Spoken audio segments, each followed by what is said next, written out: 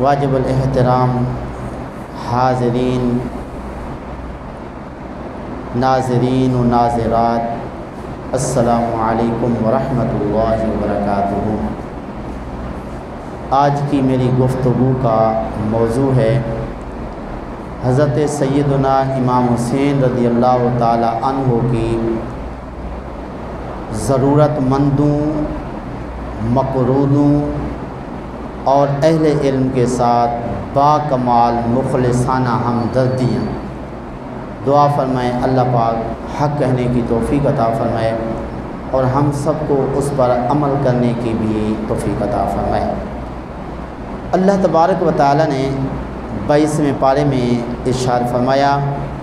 انما یرید اللہ لیذھب عنکم الرجس اہل البیت ویطہرکم تطہیرا۔ اے نبی کے گھر والوں، اللہ تبارک و تعالی چاہتا ہے کہ وہ تم سے ناپاکی دور کر دے اور تمہیں خوب پاکیزہ اور صاف ستھرا کر دے۔ مطلب یہ ہے کہ اللہ تعالیٰ چاہتا ہے اے نبی کے گھر والوں، تم میں سے کوئی گناہ کر ہی نہ سکے، اور اللہ تعالیٰ چاہتا ہے کہ تمہیں وہ خوب پاکیزہ اور صاف ستھرا کر دے۔ اس آیت مقدسہ میں اہل بیت کی عظمت و شان بیان کی گئی، اور ان اہل بیت میں سے ایک نواسہ رسول فرزند علی و فاطمہ سیدنا حضرت امام حسین رضی اللہ تعالی عنہ ہیں۔ تو چونکہ میں نے شروع میں عرض کیا ہے کہ آج حضرت امام حسین رضی اللہ تعالی عنہ کی ضرورت مندوں کے ساتھ جو ہمدردیاں تھیں وہ عرض کرنی ہیں۔ دعا فرمائیں اللہ تعالیٰ مجھے حق کہنے کی توفیق عطا فرمائے اور ہم سب کو اس پر عمل پیرا ہونے کی بھی توفیق عطا فرمائے۔ حضرت امام حسین رضی اللہ تعالی عنہ وہ شخصیت ہیں جو مستجاب الدعوات تھے، جو بھی دعا کرتے اللہ تعالیٰ کی پاک بارگاہ میں قبول ہوتی تھی۔ حضرت علی رضی اللہ تعالی عنہ کے پاس ایک مرتبہ لوگ آئے اور آ کے عرض کی کہ قحط سالی ہے، بارش نہیں ہو رہی، تو آپ کرم بخشی فرمائیے۔ حضرت علی رضی اللہ تعالی عنہ نے اپنے صاحبزادے حضرت امام حسین رضی اللہ تعالی عنہ کو حکم فرمایا، تم ان لوگوں کے ساتھ جنگل میں چلے جاؤ اور وہاں پہ جا کے ان کے ساتھ بارش کی دعا کر دو۔ چنانچہ حضرت امام حسین رضی اللہ تعالی عنہ ان لوگوں کے ساتھ اپنے والد گرامی کے حکم پر جنگل میں تشریف لے گئے۔ جنگل میں جا کر دعا کے لیے ہاتھ اٹھائے، ابھی ہاتھ اٹھائے ہی تھے سبحان اللہ بارش شروع ہو گئی، اور ایسی رحمت کی بارش ہوئی کہ لوگوں کے گھر تک پہنچنے سے پہلے پہلے ہر طرف پانی ہی پانی تھا۔ تو دیکھیے حضرت امام حسین رضی اللہ تعالی عنہ کی دعا کا کمال، آپ نے دعا فرمائی، اللہ تعالیٰ نے فوری طور پہ قبول فرما کے بارش بھی برسا دی۔ اسی طرح آپ رضی اللہ تعالی عنہ اتنی بڑی عظمت و شان والے تھے کہ جو آپ اپنی زبان سے کہہ دیتے تھے اللہ تعالیٰ ویسے کر دیتا۔ ایک مرتبہ آپ کہیں سفر پر جا رہے تھے تو سفر کی تھکاوٹ بھی، لیکن ساتھ ساتھ آپ کے پاؤں سوج گئے تھے اور پاؤں پر چھالے پڑ گئے تھے۔ لوگوں نے کہا آپ سواری پر سوار ہو جائیے، تاکہ یہ جو آپ کو تکلیف ہو رہی ہے مزید یہ نہ ہو۔ آپ نے فرمایا لوگوں فلاں جگہ پر ایک تیل بیچنے والا ملے گا تو اس سے ہم تیل لے لیں گے، وہ تیل استعمال کریں گے،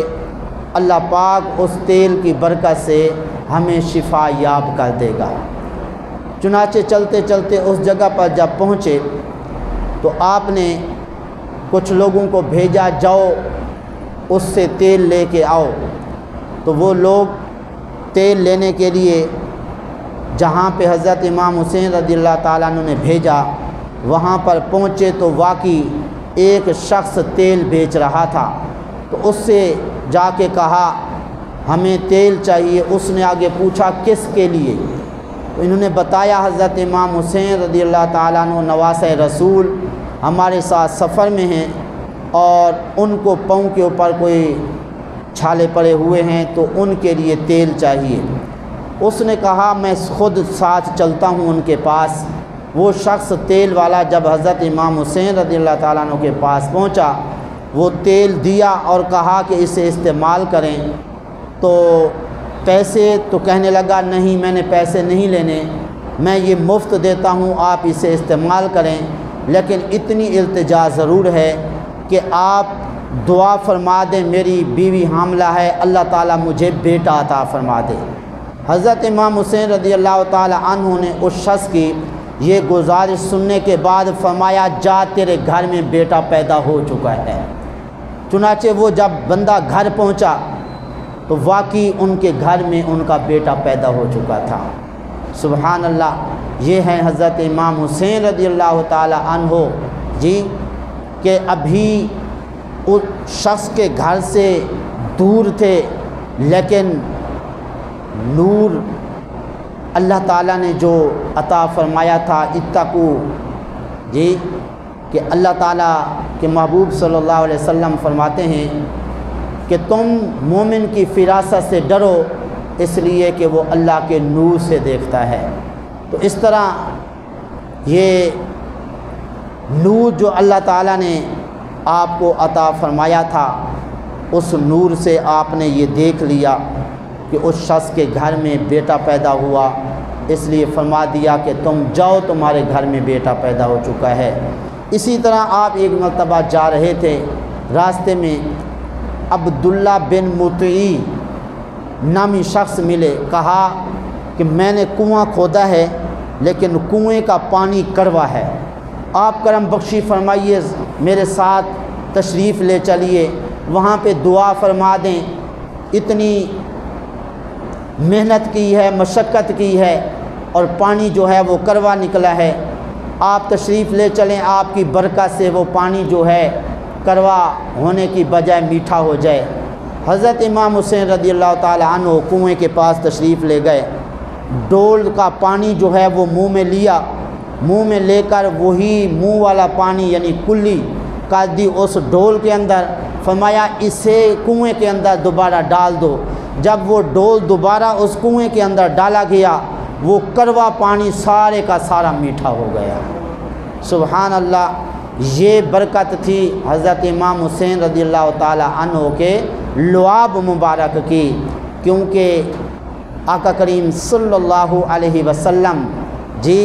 نے ان کے منہ میں لعاب دہن ڈالا تھا اور ان کی زبان کو حضور چوستے تھے، تو کیوں نہ اس کے اندر برکت آتی۔ بہرحال حضرت امام حسین رضی اللہ تعالیٰ عنہ جو مستجاب الدعوات بھی تھے اور اس طرح آپ کی برکت سے کڑوا پانی میٹھا ہو گیا، بلکہ پورے کا پورا کنواں جو ہے اس کا پانی جو ہے وہ کڑوے کی بجائے کیا ہو گیا، میٹھا ہو گیا۔ تو اس طرح حضرت امام حسین رضی اللہ تعالی عنہ اتنی بڑی عظمت و شان رکھنے کے باوجود آپ عاجزی اور انکساری جی کتنی رکھتے تھے، عاجزی انکساری آپ کے اندر کتنی پائی جاتی تھی کہ ایک مرتبہ حضرت زین العابدین رضی اللہ تعالی عنہ فرماتے ہیں کہ مجھے حضرت امام حسین رضی اللہ تعالی عنہ اپنی زمینوں پر لے کے جا رہے تھے، راستے میں حضرت نعمان بن بشیر رضی اللہ تعالی عنہ صحابی رسول ملے، اور ان کے پاس سواری تھی، ہم جو ہے باپ بیٹا پیدل جا رہے تھے۔ حضرت نعمان بن بشیر رضی اللہ تعالی عنہ عرض کرنے لگے کہ قبلہ آپ بھی اور آپ کے فرزند بھی سواری پر سوار ہو جائیں، لیکن آپ آگے بیٹھیں، میں پیچھے بیٹھوں گا۔ حضرت امام حسین رضی اللہ تعالیٰ عنہ نے فرمایا نہیں، ایسا نہیں ہو سکتا، آپ سواری کے مالک ہیں، آپ آگے بیٹھیں گے، ہم پیچھے بیٹھیں گے۔ سبحان اللہ۔ آگے حضرت نعمان بن بشیر رضی اللہ تعالیٰ عنہ نے فرمایا کہ قبلہ آقا کریم صلی اللہ علیہ وسلم کا یہ بھی تو فرمان ہے نا کہ جب کوئی سواری کا مالک کہہ دے تو پھر اس کی اجازت سے آگے بھی بیٹھ سکتے ہیں۔ پھر حضرت امام حسین رضی اللہ تعالیٰ عنہ آقا کریم صلی اللہ علیہ وسلم کے فرمان کا ادب کرتے ہوئے آگے بیٹھے، اور آپ کے بیٹے حضرت زین العابدین رضی اللہ تعالیٰ عنہ ان کے پیچھے بیٹھے، اور وہ جو سواری کے مالک تھے حضرت نعمان بن بشیر وہ سب سے پیچھے بیٹھے۔ تو دیکھیے یہ بھی ایک عاجزی انکساری کتنی تھی کہ حالانکہ جی آپ کا اتنا بڑا مرتبہ مقام آقا کریم صلی اللہ علیہ وسلم کے نواسے، جن کے لیے آقا کریم صلی اللہ علیہ وسلم نے سجدے لمبے کر دیے جی، تو ان کے لیے دیکھیے حضرت نعمان بن بشیر رضی اللہ تعالی عنہ نے سواری جب پیش کی، آپ عاجزی انکساری کرتے ہوئے فرماتے ہیں نہیں، آپ کا حق ہے آگے بیٹھنا، تو اس لیے ہم تو پیچھے بیٹھیں گے۔ فرمایا نہیں، آقا کریم صلی اللہ علیہ وسلم کا جو فرمان ہے۔ تو بہرحال حضرت امام حسین رضی اللہ تعالی عنہ عاجزی اور انکساری کے پیکر تھے۔ ایک دن آپ جا رہے تھے، راستے میں لوگ جو ہے وہ کھانا کھا رہے تھے، اور وہ غریب طبقہ کے لوگ تھے۔ تو جب پاس سے گزرے تو لوگوں نے کہا قبلہ آئیے ہمارے ساتھ کھانا تناول فرمائیے۔ آپ سواری سے نیچے اترے، چند لقمے ان کے ساتھ تناول فرمائے، اس کے بعد فرمایا لوگوں مجھے کھانے کی حاجت نہیں تھی، میں کھانا کھا کے آیا تھا، لیکن تمہارے کہنے پر، تمہارے دعوت دینے پر میں تمہارے ساتھ چند لقمے تناول کیے، تاکہ کہیں تمہارے دل کے اندر یہ نہ آئے کہ ہم غریب لوگ تھے اس لیے ہمارے ساتھ انہوں نے کھانا تناول نہیں کیا۔ تو اس طرح ان کے دل کے اندر آنے والی بات کو بھی ختم کیا، اور اس طرح ان کا دل بھی نہیں توڑا کہ کہیں وہ یہ نہ سمجھیں کہ ہم غریب لوگ ہیں اس لیے ہمارے ساتھ انہوں نے کھانا تناول نہیں کیا۔ تو اس لیے اس سے ہمیں بھی سبق ملتا ہے، کوئی غریب اگر دعوت دے دے، چاہے رکھا سکھا جو بھی اس کے پاس ماحضر کھانا موجود ہے، تو اس کے ساتھ جی 2-4 لقمے لے لینے چاہیے، تاکہ اس کا دل بھی خوش ہو جائے، ماشاءاللہ مجھ غریب بندے کے ساتھ ان لوگوں نے کھانا تناول کیا۔ تو بہرحال یہ ہے کہ عاجزی انکساری بھی اس سے پیدا ہوتی ہے دل کے اندر جب بندہ غریبوں کے ساتھ کھاتا ہے۔ ظاہر ہے کہ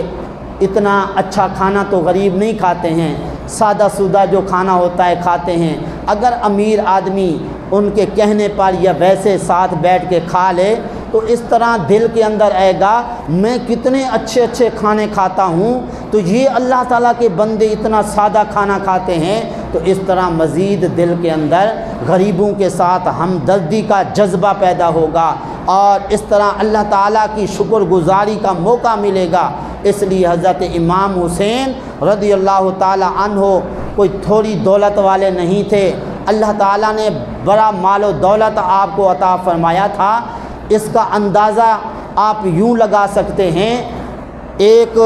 مدینے کا بہت بڑا تاجر ابو ہشام اس کا نام ہے، اور یہ تاجروں کا بادشاہ تھا۔ اس کا کہنا ہے کہ جب بصرہ سے تجارت کا مال میرے پاس مدینے میں پہنچتا، حضرت امام حسین رضی اللہ تعالی عنہ کھڑے ہو کے وہ سارے کا سارا تجارت والا مال میرے سے خرید کر لیتے، اور خرید کرنے کے بعد وہیں کھڑے کھڑے غریبوں میں تقسیم فرما دیتے تھے۔ سبحان اللہ، یہ ہمدردیاں حضرت امام حسین رضی اللہ تعالی عنہ کی، کہ اس طرح مال بھی خرچ کیا اور اس طرح چیزیں لے کر اور مال لے کر غریبوں کے اندر دل کھول کے جو ہے وہ تقسیم کیا۔ تو اس سے ہمیں بھی سبق ملتا ہے۔ ہمارے ہاں کچھ لوگ ایسے بھی پائے جاتے ہیں جن کو کچھ خرچ کرنے کے لیے دیا جاتا ہے،